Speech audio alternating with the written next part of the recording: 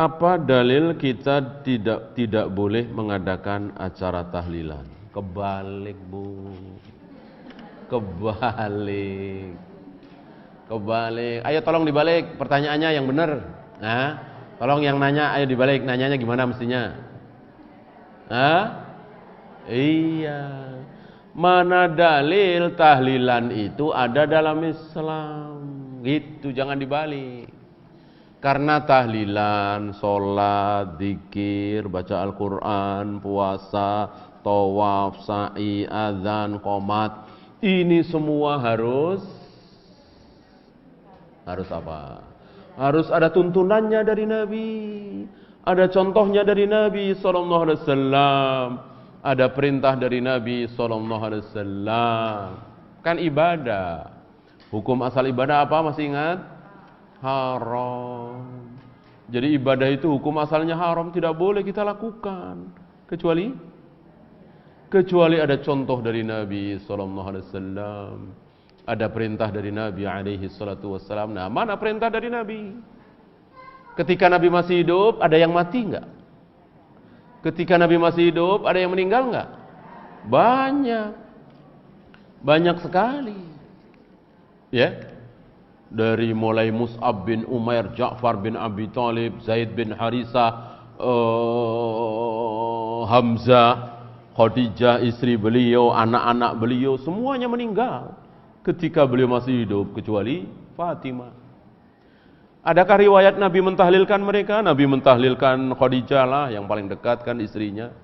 3 hari, 7 hari, 40 hari, 100 hari. Ya, tidak ada. Mungkinkah kita lebih pintar dari Nabi? Nabi enggak tahlilan, kita tahlilan? Enggak mungkin kita lebih pintar dari Nabi sallallahu alaihi wasallam. Ya. Itu. Lalu apa yang kita lakukan? Enggak ada apa-apa. Kalau mendoakan, ngapain nunggu 7 hari? Ngapain nunggu 40 hari, 100 hari? Bakhil. Mau mendoakan ayah, ibu yang sudah meninggal, kok nunggu 40 hari, nunggu 100 hari? Tiap hari. Saat ibu sedang sujud, saat ibu sedang nunggu qomat, saat ibu buka puasa, saat ibu sedang di sepertiga malam, saat hujan sedang turun, saat ibu sedang safar. Ini kan saat-saat mustajabah. Doakan. Ampuni ayahku ya Allah, ampuni ibuku ya Allah, Allahumma gfirlahu warhamhu wa'afihi wa'fu anhu. Begitu. Jangan nunggu 7 hari, 40 hari, 100 hari. Yang dilakukan oleh Nabi dan para sahabat ketika ada yang meninggal cuman 4. Yang Nabi lakukan terhadap seorang mayat cuman 4. 1, dimandikan. 2, dikafani. 3, disolati. Terakhir, dikuburkan. Selesai.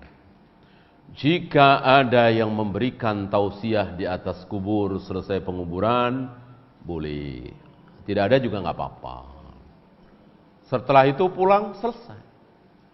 Meja, kursi, segala macam letakkan di tempat semula. Jangan berlama-lama membikin tanda kematian itu. Ya. Yang biasanya kerja ke kantor, ini enggak ke kantor. Yang biasanya dagang karena ayahnya meninggal, sekarang enggak dagang. Boleh, berkabung namanya. Tapi jangan lebih dari 3 hari. Jadi hari keempat harus ke kantor lagi, harus ke sawah lagi, harus berdagang lagi. Jangan lebih, kecuali?